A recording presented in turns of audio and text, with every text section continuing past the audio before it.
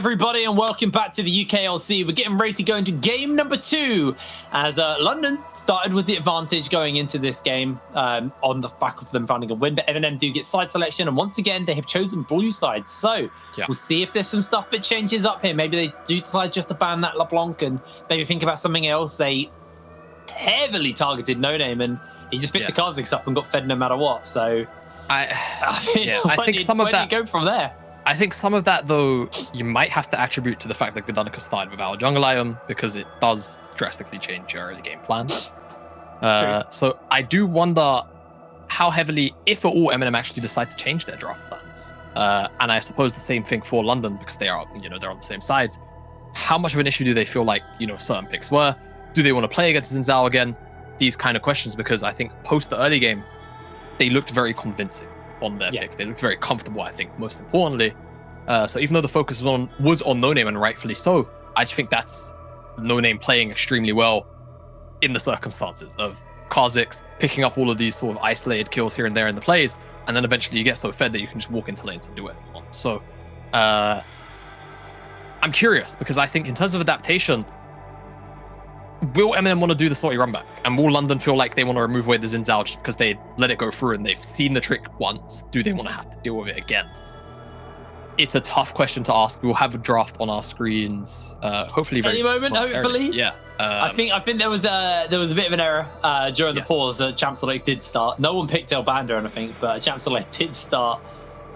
So we are hopefully waiting for the players just to get themselves ready to go in. I think they're a little bit too antsy to get into game number 2, but the picks and bans started on my screen, which means they'll be coming up onto your screen here. Lee Sin, once again, getting taken away from No Name. Kind of expected, let's be real. It's a kind of his signature pick, and he's had a really, really good split on it so far. Ziggs, also identical to the last game, getting banned away. For London, they kind of don't really need to change too much up, but there is the Gwen man this time. Don't want to give it over to Akers. Don't want Aragon to be playing weak side, because realistically, Mankey can just play weak side for the team. So give Akers a power pick, and they're going to lean towards him. Yeah, definitely. And I think in general now, how this impacts London's bans, because last time around this is the Diana ban. Are they still going to go down the same route on their second ban, which I believe is the Viego? Time is at 0. They will. So I'm not going to actually change up anything just yet. As for MNM, they are also going to remove away the Seraphine. So it was Diana and Nautilus banned away. So the Nautilus is a bit of a throwaway to try and get the Thresh ban so they could pick up that Xin Zhao first. If London wants to now, they can actually remove away the Xin Zhao, in my opinion. That is definitely a free slot ban if they want to take it. However, what would they really want to trade in response? Will it just be, would it still be Thresh without something like the Seraphine there and the Karma? They themselves actually still remove the Thresh. Xin Zhao first pick here out, coming off MNM. And now it's about how London adapts, because realistically, this is nigh identical for MNM in terms of the setup. It's more about what London actually want to do as the response picks it. All right, well, I kind of think we might just see that LeBlanc again, to be honest, from Beely. Yeah, I think you don't want Vango to get LeBlanc with Xin Zhao unless they want to pick something that can shut down the LeBlanc in lane as well. Gonna go for the Diana, and maybe a set from Akers. Honestly, might be a nice rotation. Potentially, but I also think Lucian could be great, because then you also get the mid lane matchup where Vango can't necessarily comfortably pick the LeBlanc. Yeah. Just because the way that the lane can play out. Instead, it's actually going to be the Tristana. So if the LeBlanc does come in, Trist can deal okay in the early game with some of that pressure. Hovering the Lulu instead, going to lock that one in. So Lulu with the Xin Zhao and then a Felios as well. So a much different look from MNM out of the gates. They've got this hyper-scaling AD carry. They've got an aggressive jungle like they did last time around. And they do have the utility support this time, not the Karma, but the Felios. And now I'm looking towards them to find an engage tool and also find a frontliner. London, I think picking up something like the Nautilus here would be probably the best shout, just to get that point and click lockdown to make sure that they can always find a way onto the Felios. Absolutely. As we head into ban phase 2, we'll see what the change is going to be here, what they're going to look to take away. Because last time they did ban out that Nautilus in this last rotation, and London, they didn't actually make a ban here. So maybe adding an extra ban to the roster might help. I still feel like you can take away things like that LeBlanc. And things that, will be able to get priority and be aggressive in that lane, or not really get priorities, but be aggressive in that lane and pair it well with the jungler. But for now, Leona getting denied because they're not completely convinced that Lulu's going bot lane. We'll see what the next ban's going to be. Yeah, so not too certain that is going to be a bottom lane Lulu, especially with the Nautilus being locked in. It's not exactly the safest lane to lane into, especially when you've got the Tristana there. So yeah, Braum beat me to my point. Will probably be the second ban just to remove away another uncomfortable matchup for this Nautilus, and Akka's getting target banned here with that Gnar, just to ensure that they don't have the wombo combo kind of point and click CC from Nautilus, the follow up from Diana, and of course the Gnar jumping in over the top. And now, I mean, with the bans going the way they have, I'm still potentially looking at a top lane, mid lane pick here for Beely. But when you've got the Tristana, you might want to hold on to the flex, pick up Akka's as top laner instead. So they say no. They're actually going to give Beely the Tristana, it looks like, beg pardon, with the hover, and lock in the Ezreal. So looking to play a little more safely in the bottom side of scaling, this could actually allow MNM to chuck that Lulu into the bottom side if they want to, and give some more aggressive picks to the top side of Vanguard and Aragon. Well, we're moving into this next final rotation here for London. We'll see what they're going to look to pick up here. They obviously are looking for a mid laner and a top laner, potentially, unless that Lulu is flexing around. And Aragon, once again, going to get his hands onto the Renekton. This is obviously going to be London, who now have something to answer out within the top lane. They get counterpick there, but looking now towards what this final rotation is going to be and kind of placing what this Lulu is doing and whether or not it is going to be going in the mid lane or whether or not they are going to be giving it over as Vanguard gets his hands onto the Sylas. There's a lot of really nice ultimates for him to steal away there. So we'll see exactly what this final rotation is going to be from London. And honestly, I don't think a Gangplank's all that bad. Something like Gangplank, but I think that you need like priority on the top lane. Quinn would be the embodiment of that, but does Akka's realistically play Wukong? Quinn? I don't think I don't so. forget about Wukong.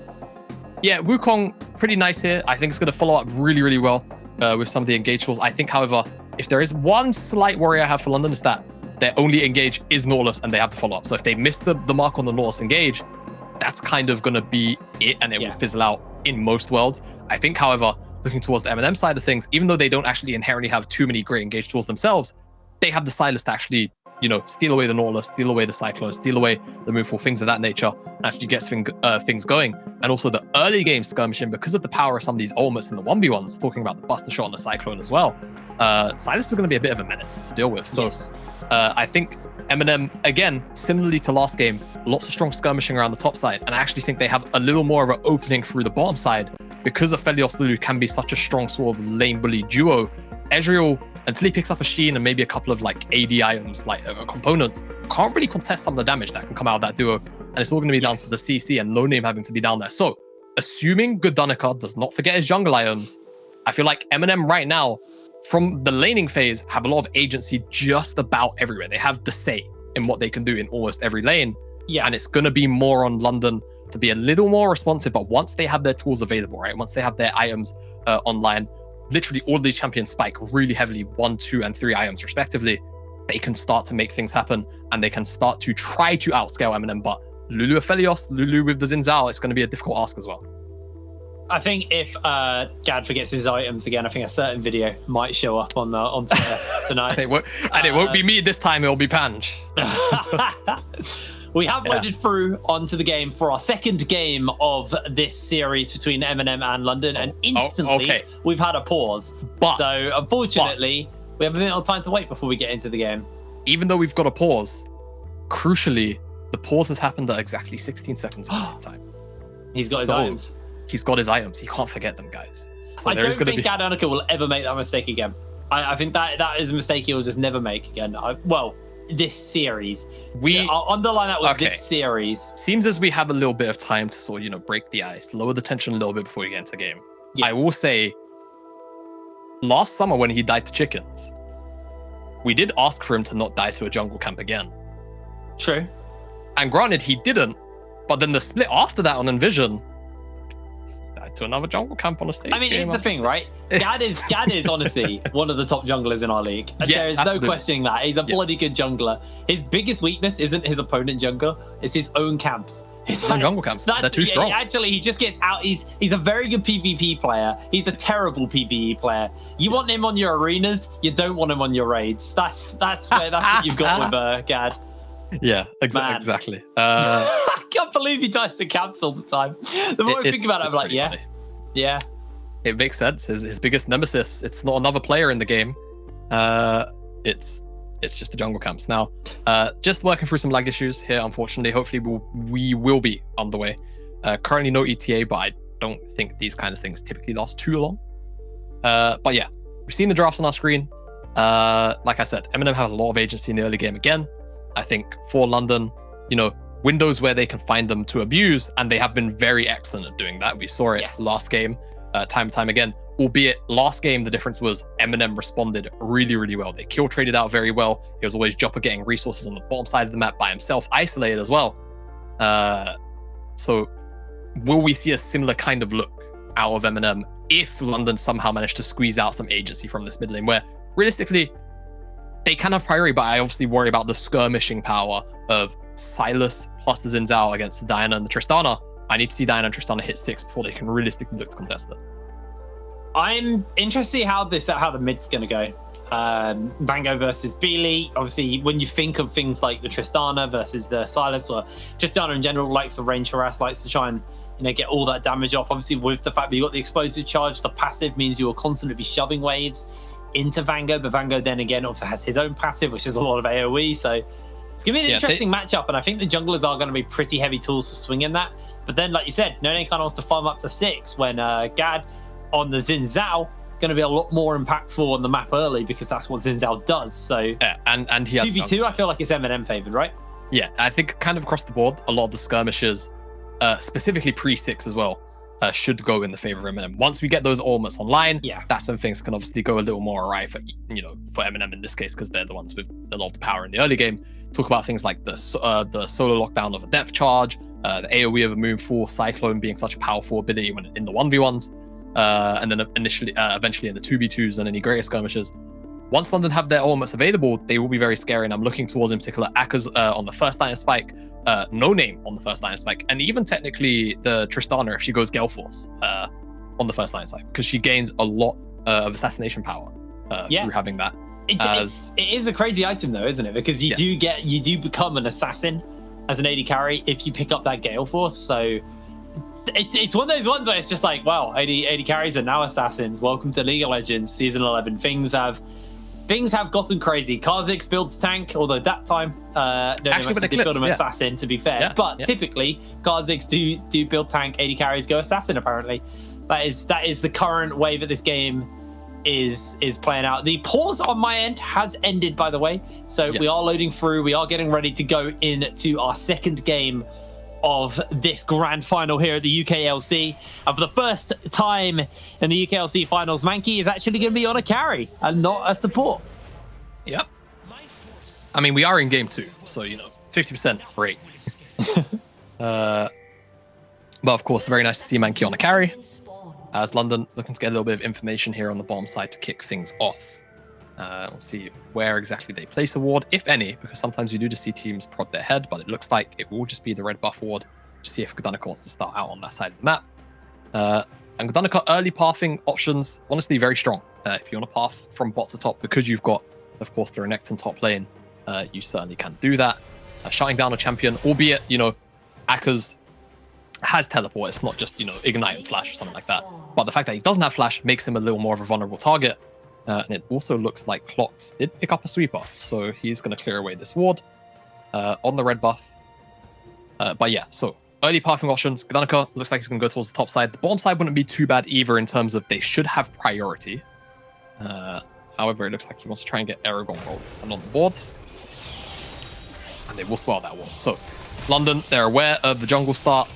I don't believe MNM got any information on the bottom side. So No Name's path a little more shielded, so side lanes may play a little more respectfully. However, I want to see how now MNM want to play out this top side 2v2 once we get to it. As No Name looks like he's just going to go for a full clear, as we typically see from a lot of the Dianas here. And Gdanica enjoying hitting level 2 off his first camp, and completely ignoring the rest of his camps. He wants to go top lane already. Cheeky. Heavy trading. This is really cheeky. Akka's here. Akka's could be in trouble. He's got the knock up with a free talent strike. And Akka's is going down. First blood to Gdanica. All right, I respect the cheese. Akka's, no flash. Trades on the bottom side here. Joppa got the red gun level 1 plus pot, so we'll heal up a bit. But yeah, go and pick on the Wukong who doesn't have flash, right? no decoy to, you know, dash away, get a gap, sort of escape out there. Smart pathing, if you ask me. However, look at the jungle right now on the top side. He's being invaded, actually. It's going to have to be forced off his buff. Buff will reset, crucially. So if No Name wants to stick around to take it, he's going to have to take it from full HP. But with the priority from the mid lane, looks like that will still be the case. Real smart adaptation from No Name to punish this, using the priority as well from B lane. Oh, however... Okay. I thought Gdanika was maybe going to go back in. No, because way too baited. Oh, he's doing it. Oh no, he's not. No. Because I think the thing. Ooh, okay. Oh, No Name. Kind of greeded to try and take the Gromps instead of just leaving. Zin's out level 2, by the way. He's still very strong. That is the most cost-effective blue buff Gad could have got, but he's not going to be able to pick it up. He's going to back away. That was really, really good because, for one, it forces No Name to flash. 2, it actually forced him to smite. And now 3, No Name's not even going for the skull right now, which is kind of surprising considering the priority of his solo lanes. So off the back of the Gromp, Gdanika might be able to pick up that top skull for himself. Clox and Joppa were thinking about taking that skull. But again, Gdanika realizing, I'm a Xin Zhao. If Diana's on my blue buff right now, I kind of don't care. I'll run her down with my red buff. Does exactly that. Forces the flash out. And honestly, would have kept on going if Akaz wasn't there to give a little bit of shielding. BD still had first move out of the mid lane as well. Still, nice win. No Name will return to the full clear. Actually has 24 CS. Because he picked up the blue buff, of course. So still has the Krugs to go and sit back on. But won't be able to pick up a skull. Oh, crap. Jeppe taking a lot of damage. The Graviton locks him in place from Joppa. They're looking for that final kill. They can't quite get it. Wow. Jeppe just about able to step away. Yeah, and that was an on-the-way ping immediately from Gdanika, actually. I think he's going to come down here. Oh, they want the skull. Okay. Well, there's pings on towards the tower. So if Joppa wants to clear this one out... They might just die manky. Yeah, exactly. They're just going to go for the dive. You got a Lulu. They can get through this wave fairly quickly with the Infernum. And they're waiting for the dive. Gad going to step out. Do they want it? Do they want to go for it? I think they're going to go for it. He's used the shift. He's dead. He's doomed. He's got flash, Joppa will lock him down. Teleports in. He flashes out for the moment, and Clox is now tanking towers there. He's going oh so low. Just about able to survive. They come over the Wolf of Beely. Able to pick it up. Vango teleports in to secure one on Mankey. It's a 1-for-1 in the bot lane. Yeah, a little bit messy from MNM. A little bit, you know, too aggressive. But quite frankly, they still get Joppa. They deny a lot of that wave away. But the crucial thing is BD picks up the return kill and he picks up the waves on the bottom side. So we'll get a replay of it. Joppa takes one tower shot, gets the root in. The shift, the flash rather, still there. Clox is then the one tanking towers. And BD off the back of the teleport. Flash, rocket jumps, finds Clox. The immediate response as well there from Vango. Jeppe and No Name looking for Gdanika potentially. Going to decide to call the play off. Clox trotting through the jungle. Has Vango in support? Gdanika's still here. So if they actually face check a little bit too quickly, Gdanika might stop his reset and actually come for this. Oh, they catch out onto Vango. He's ignited. He's bursted. He's already being chased down, but is able to flash away to safety. And Clox is here to make sure that he's nice and safe. Vango not going down quite yet. 5 minutes on the clock. Gold lead in favor of MNM going into this game too. But we did have that in game 1 as well. It really is anybody's game, but this time the attention has moved from the top side and towards the bot side. So Aragon quite happily able to pick himself up a CS lead over Akaz. Is accruing one. I think a lot of that comes off that level 1/2 in the case of Gdanika. But I will say gold leads between these two teams, I've got a feeling they're not going to matter as much as typically a gold lead would matter in your usual best of 1 or even a best of 5 series. Because these teams are so creative. We even saw, I mean, MNM 6,000-7,000 gold down. Still, he's found No Name actually. He comes in. One more auto attack. He's going up, but he's not going to be able to do so. And no level 6 picked up for No Name as he smites away the big chicken. And Gad just going to be only happy with a small chicken wing at the end of that one. Yeah, Gad, you get the wings. No Name gets the thigh. Oh, what's your favorite piece of chicken? Quickly, before I really like breast. I like chicken breast. All right, fair enough. All right, now, Pepe, he's hex flashed over, no vision. No Name also here. It looks like they're just going to walk that one off, no threat. However, they might look for Pepe if he takes a little bit of a greedy pathing here. Yeah, caught out by the abscond, and he is going down. Yeah, just immediately blown up by his own ultimate. Yeah, that's right. And Skull Crab here, Dragon also here, priority fully on the bottom side. It looks like you can see Mankey respecting heavily the fact that he could actually get dove here. So again, Joppa securing a lead for himself off the back of all the priority. Mankey has to respect the potential dive. However, you can see already, Congregation by London on the top side. Dominus immediately popped. Aragon thinking about sticking around. It looks like, yeah, he's going to try a 1v3 this. He's going to be going low. He's going to get pulled in. A Cyclone's on. Beely's just free auto-attacking, and that is kill number 2 for the Tristana as he picks up a plate as well and gets out of there. Yeah, it's one of those tough situations where there's definitely room for you to try and pick up, you know, a kill trade at best. And he almost does onto Akkas, to be fair. 200 HP away. Not bad for a 1v3, but you have to weigh up the options, right? Drop the wave, potentially lose loads of towers, give up the kill the wave, not really lose too many plates on the tower. So Aragon goes for that option, gives up the kill, clears out most of the wave, but Beely is the one that receives the kill, and not only that, picks up the plate for himself. So a lot of gold swing back into his pocket. London, still one of the few teams in the league that will consistently go for these cross-map trade plays. Aragon gonna find no name on this Herald. Zin's out on the bottom side. He can maybe force it to reset. That's a pretty big win. Oh, it was so close. Oh, wow. Okay. That was so close. Yeah, it was. But honestly, credit to Aragon. He just kind of forces No Name out. No Name doesn't want to overcommit at such a low HP threshold. Die, maybe even worst case, give over the eye as well. Be absolutely disastrous, but bottom side, getting a look at it. Joppa probably hasn't based for a little while, but Berserker Greaves at no real threat with the Lulu Eyes back pocket, and we'll probably reset here for a little bit of shopping. Probably just looking to pick up that noon quiver right now. It's a Joppa, there it is, and a quick cloak as well. Bango rocking the Seeker's Arm Guard. Understandable versus Beely. Beely's actually got himself some anti-heal, so both of these mid laners kind of itemized to be able to handle each other.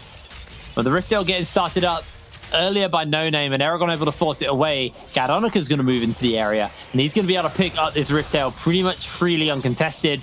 Aragon roams over to make sure it's nice and safe, and we'll see where they decide to use that. Yeah, a lot of strong options. I think when you've had Joppa get so many resources, he is the likely recipient of this Herald in the next 2 minutes or so. However, wouldn't be too terrible necessarily to give it to Aragon, but I think, you know, Joppa, Lulu in the game as well, you have to give it to your Aphelios. There's no real other option, at least to me, unless London do a really good job of shutting it down, which definitely we could see. Will likely be where it gets dropped. Well, 10 minutes in. And it looks like Gaz looking to come up into the top lane. Akkas has to be very, very careful. Throws out the Cyclone. The Dominus is on. He goes in for the clone. Has that second knock-up available. Knocked up by the Crescent Guard. Gets a lot of damage into Aragon. The Monkey Bot might be enough, but no. The Crocodile will take him down. It looks like Herald just going to get summoned here in the top side as Beely picks a plate up mid lane. And Vango freely getting fired off here. They actually decide not to use the Herald, so they're just going to let to get the plates. And like you said, they want to invest this gold into Joppa on that Aphelios in the bottom side of the map. He's getting closer and closer towards his Immortal Shield Bow. Yeah, or Kraken Slayer, but I feel like most Aphelios go Shield Bow. Still up in the air because he's got the new quiver and the crit cloak. It still builds into all 3 of the mythics. No Name. Oh, jumping in, actually. The Wild Growth's been thrown down. Here's the flash from Jeppe! The True Shot barrage is big. No Name flashes away. Mankey's looking for the snipe. The shielding's onto Joppa, and he's still alive, putting so much damage in. Dodging out on all of these Qs as he flashes forward. Joppa jumps in, goes down in a 1-for-1, and Beely looking for clots. It's Yordle combat, but Beely comes out on top, and London Vango's here. Trade 2 for 1. Vango's trying to see if he can get around to the Buster Shot, and he's able to pick it up. So 2 for 2 at the end of the day as the top lane tower crumbles as well. The Rift Herald was used at the end of that.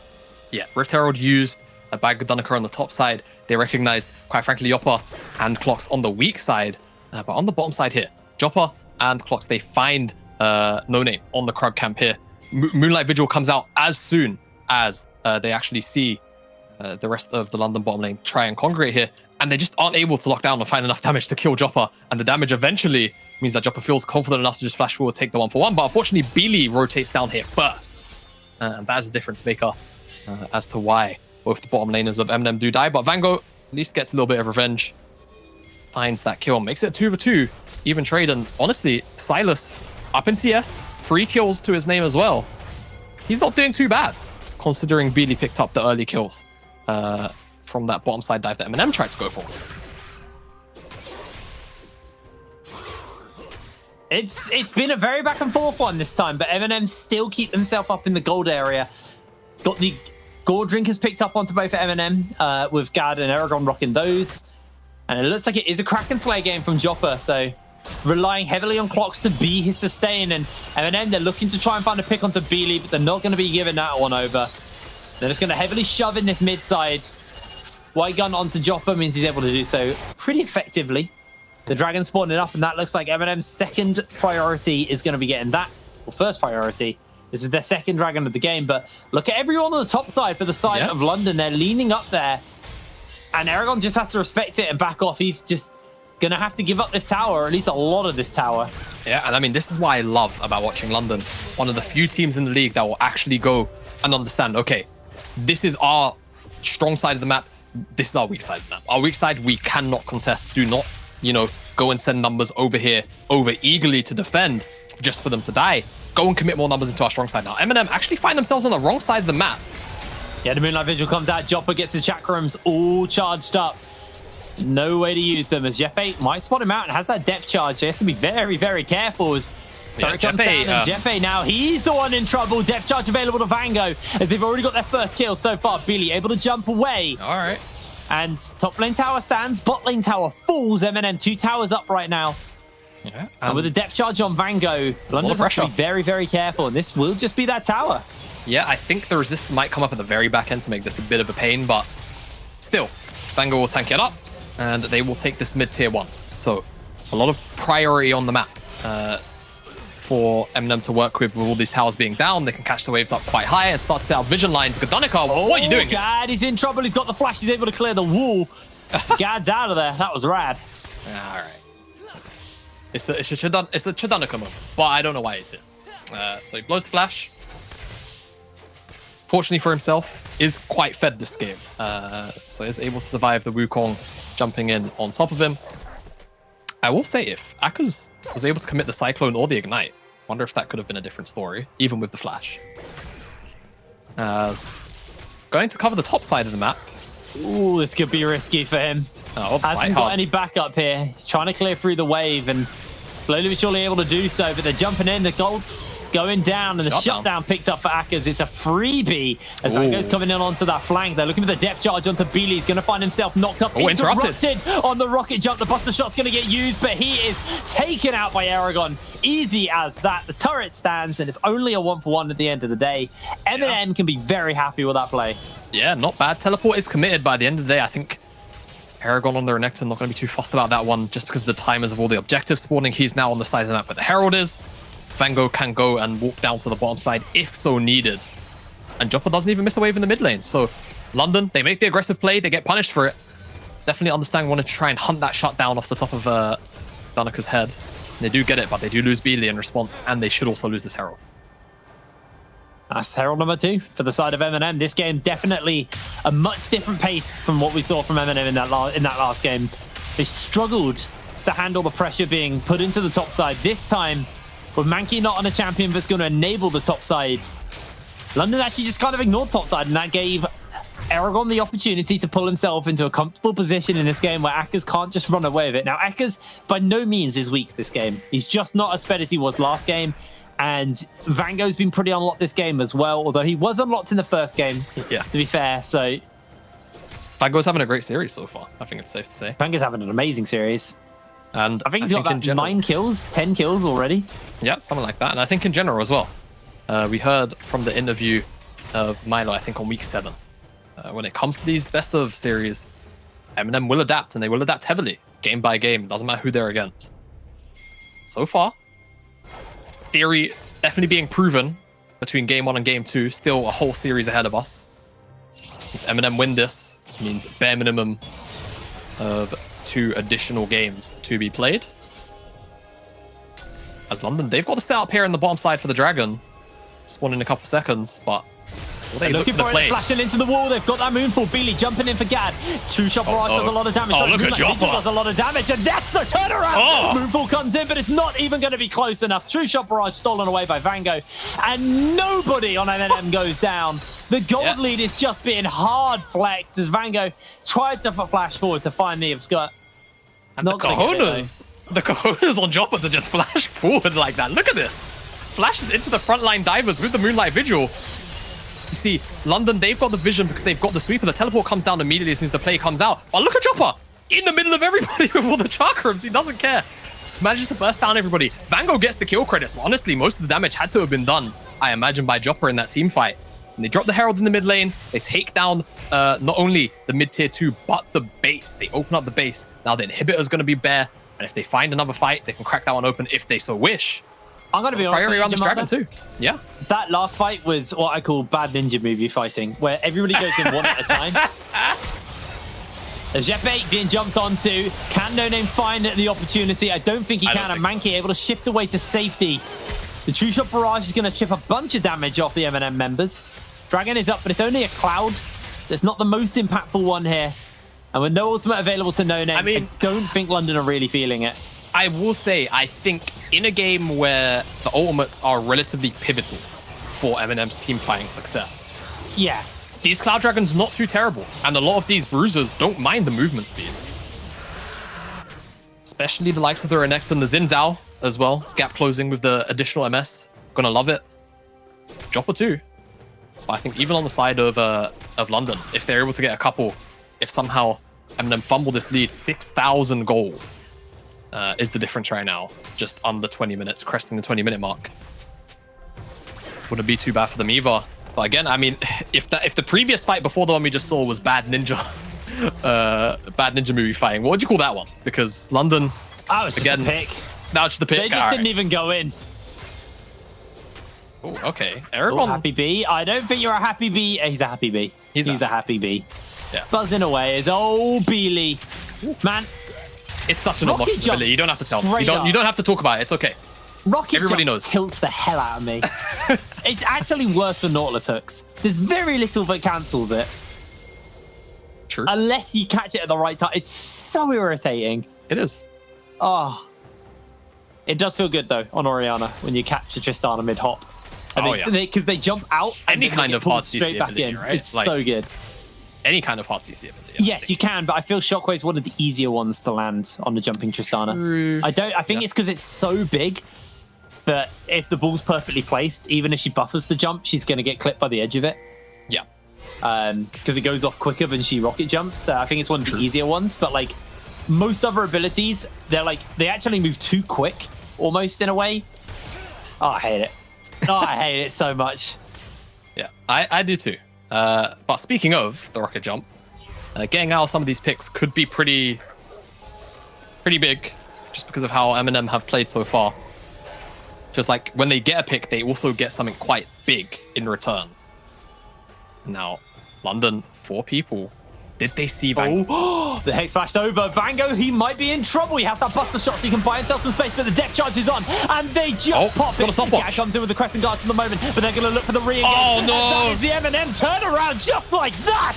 They're putting in the damage, but Mankey's still untouched for the moment. Aragon's picked himself up a double kill. Jeppe on his lonesome, and Aragon chasing here for the triple kill. Gad's coming in to try and find the lockdown. There is the London turnaround, MNM turnaround. As they take out 4 members of London. MNM, they pick out 4 members of London. London, they do get their key target that they were looking for in Vango, but at what cost is going to be the answer. Joppa just loses half his HP. Grab him. Yeah, he's got that Graviton on, but I don't think he's close enough. He's going to get rooted up for the moment, but he can continue to poke. Beely coming up in a couple seconds' time. If Mankey can just continue to layer the damage in, this could get very dangerous. He's got the Essence Flux on Joppa. He's got the shift. He's got the ability to buy the space, but Beely they didn't reset the Baron. Separated from his team. Baron hasn't been reset. Where's No Name? In base. He's in the base. Vango has been found out, though, by Mankey, and Mankey going to be going very, very low here. Tries to shift over the wall as he comes in for the Kingslayer. The True Shot Barrage goes down, and with the Baron on the side of MNM, London might be in trouble as they jump over the wall. Vango trying to see if he can find the turnaround. Akers hasn't got that Cyclone available. And London are going to have to get sent back with their tails between their legs. It was close to a cancel on the Baron, but it wasn't close enough as Gad has jumped in, and he could be going pretty low. The Crescent Guard means he's not going to die to Beely's pop, and Akka's, his clone will buy some space and some time, but London, with this already opened inhibitor, are going to be pushed even further back in this game as MNM slingshot the gold lead even further in their favor, and it started with a London pick. Yeah, it starts with this pick, but fortunately, Zhonya's and then Klotz is able to get in range to ult him, shield him, and eventually another Kingslayer comes down. The Moonfall doesn't, I believe, connect either, so the AoE damage just isn't there, and Aragon just runs amok throughout the entirety of the London team. Fortunately, Akkas does find another trade kill onto Vango, but I mean, quite frankly, the key members survive. Frontliners plus Jopper, that's all you really need to secure this Baron, and then eventually Mankey did play a nuisance in almost stopping this Baron from MNM. Vango gets a little bit of vengeance on that front and just continues to chase as well, and off the back of this chase they eventually get the inhibitor. We got the dragon spawning up in 30 seconds time as well as we come out of that replay. And London, they're looking for a pick, they're sniffing around, but with this mid lane turret down, it's just making catching the waves so hard, and Akka's just getting answered out onto the other side of the map. The waves are very small, but they still have Baron, and they're gonna be able to take this tower for free. Yeah, for free, like you say. I mean, usually taking a mid lane inhibitor, you know, this early can be a little bit detrimental to actually gaining a lead. But when you're this far ahead, using it as a pressure sink properly, you immediately reset, all go down towards another lane. Oh, they found the lockdown. The depth charge has landed onto Vango. He's heavily chunked. Beely going for the resets. He's not even here as Jeppe has to be very, very careful. Akka's jumping away. Still has that Cyclone on the charge for the moment as the hook goes through as Vango goes golden. First kill's already been picked up. Second one to answer out. The Moonfall comes down onto 3 members. London have to heal back up. And Jopper has the murder weapons ready in charge. Oh. Look at those chakrams. The hook's going to hit onto Aragon though. And oh my god, look how many he's got. What is that damage from Jopper? The first tower has already fallen. Beely being knocked up, goes in for the buster shot, has the Gale Force away to safety. The Nexus has been left bare. The 3-man fall comes in, and Beely will jump in to fall down. 24 minutes on the clock, and MNM will equalize out the score. They throw a punch back in this series, and what a heavy punch it is. 24, 25 minutes on the clock, but they make that one far more decisive than London looked in the first game rather. Start to finish, that one looked a little more decisive to me, but London still willing to throw punches back and willing to try and make some risky decisions in a very far behind situation. So coming into game 3, I'm curious to see things like side selection, things like draft adaptation. Are they going to be willing to leave up the Xin Zhao again? Are they going to, you know, be happy to have to deal with things like an Aphelios? Are they still going to be happy to kind of draft this same style in terms of, you know, sort of weak side, bottom side, even though, you know, yes, Mankey on a carry, but Mankey on Ezreal on a weak side where Jopper just gets loads of resources still and gets fed on a hyper carry this time. These are the questions for me coming into it, but MNM looking much better in this game too.